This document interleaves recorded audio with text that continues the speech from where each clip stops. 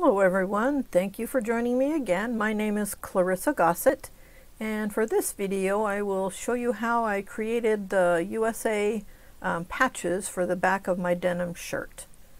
So the first thing I did was I opened up my Floriani software, and in my Floriani software, to access the fonts I can click the letter T in the top left corner. Okay, or I have a toolbar that's a quick toolbar, and your toolbar might be over here on the top. I actually like mine over on the right side over here, okay, because I like to work with all this area. So you can click on the letter T here, and then click the text tool here at the top, or the same will apply here, T and T. And once that's clicked, my cursor has a letter A attached to it, and I click in the work area. And that opens up my font menu. Oops, and I've got my sequence view expanded, so let's click on the properties box so my sequence view is smaller. And if this happens to you, just hover above the line above the sequence view and drag it down. There we go. So here's my font menu. Now the font I use is called Applique Bean. And a thing to know about fonts is if I'm doing fonts that have fills or satins, I have limitations to their sizes. So if I want to know for each font what the limitation in size is, I click this question mark next to the font, and it opens up a box for me to read, and I can see which characters are in that font set.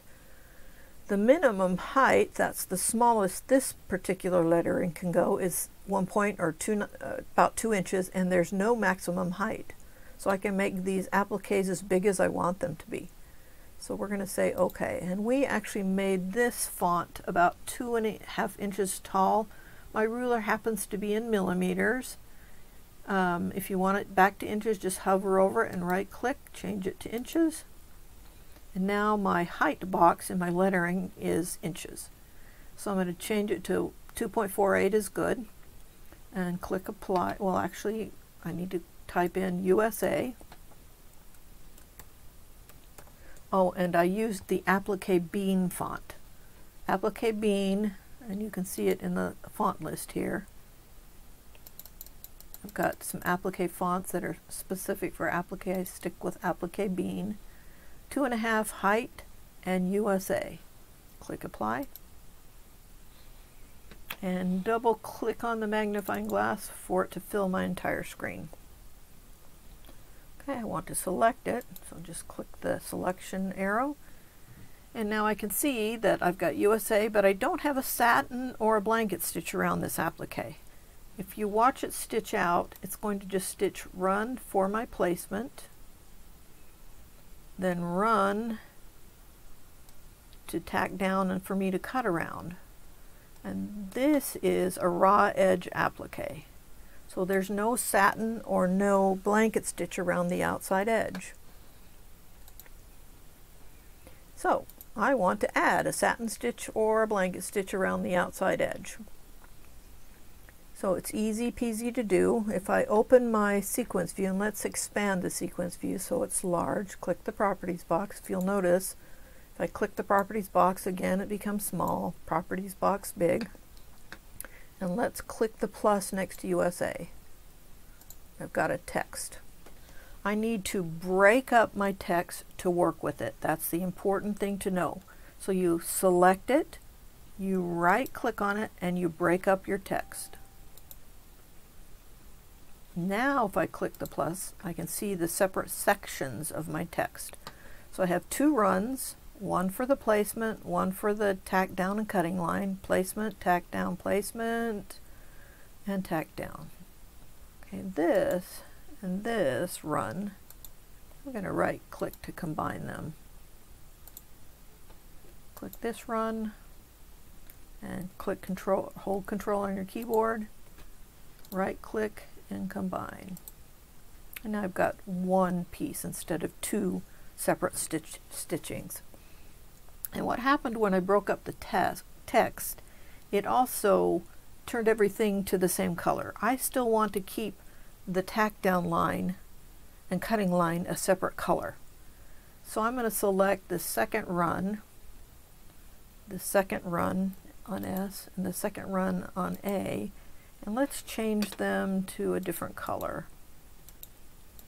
Oh, how about hot pink? What the heck, why not? Alright, so now these are all a separate color.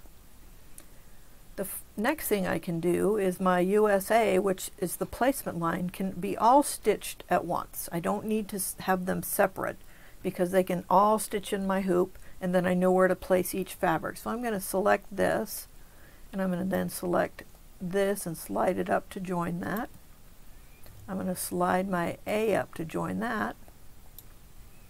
Select them all by click, touch control on the keyboard, touch control on the keyboard, right click and combine them. There.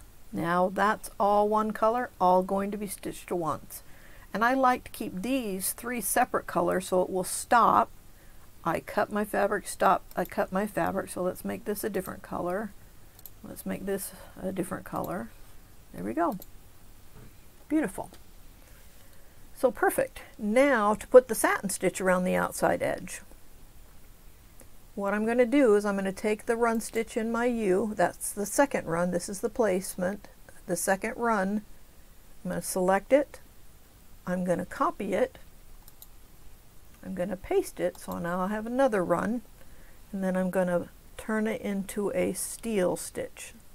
Click steal in the bottom left corner. There's my satin stitch. So the second run on the S. Copy it and paste it. It's selected. I'm going to click steal. Second run on the A. Copy and paste. Then I'm going to select the steal. Steal, there we go. And now I've got steal stitch around all three. Let's see it in 3D. Beautiful. Now I actually applied our new rainbow software to the three letters, to the satin stitches on the three letters. So I wanted this gradients of red, and I wanted this white, and I wanted this gradients of blue. So how I did that was I selected all three of the satin stitches, not the run. Select the three satin stitch. I copied them, open a new page, and paste just the satin stitch. So you can see they're just the satin or the steal stitch. Once they're selected, I have my rainbow icon available, and to use my rainbow I select it and I pick the theme that I want to apply to those stitches. There are built-in themes that I can select from, or I made my own theme called USA. Click USA. Excuse me. And you can adjust how much red or how much blue you're getting by sliding the slider bars over to the left or the right. I'm going to keep it over here because I want my S to be all white. If you can see, I've got a little bit of white on my A, so let's back that up a bit and get more blue on my A. Got a little too much blue on my S there. Just a skosh. There we go. And I don't want this much red on my S, so slide that to the right, excuse me, to the left to get the red less. Beautiful. And I don't have much of the dark red, remember, because it could be an underlay. Let's slide that up. That's beautiful. Say OK. Say yes. Let's see it in 3D. Good. Oh, I've got a little bit of white. Let's zoom in here. Let's select those stitches by clicking the stitch icon and deleting them.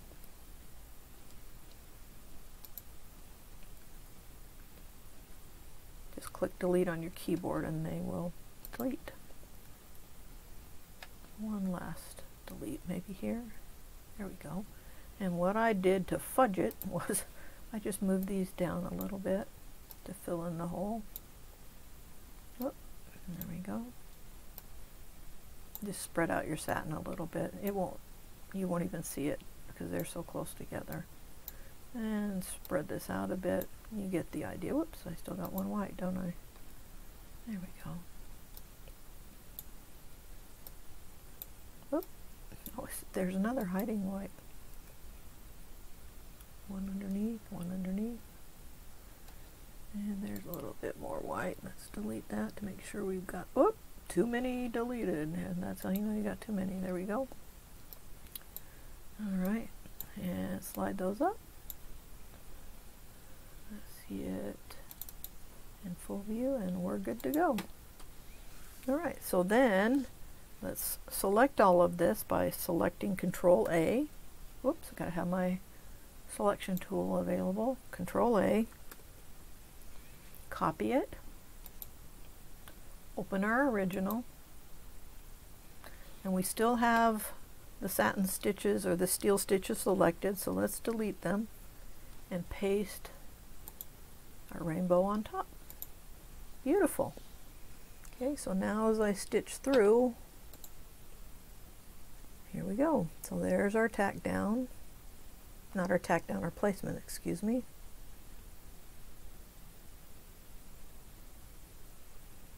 And this is our tack down, so it will hold the fabric down. Then it stops, and I cut. Then I place the next piece of fabric and stop and cut. And really fast, slide through, and then there's my rainbow. Beautiful. Perfect. File, of course, save as, and you've got your lettering. And this was created as a patch also to put on the back of the shirt. I didn't want to stitch it directly on the shirt because sometimes it's hard to get things placed correctly. So to create this patch, I fused Quilter Select Apple Web Plus to the back of it. I couldn't use the fusible thread because the satin stitch stitches loose, so the threads will meet on the back and you don't have much bobbin thread exposed. So the fusible thread wouldn't work really well on this satin stitch. So instead I fused Apple Web Plus to the back and created each letter as a patch to fuse to the back of the shirt.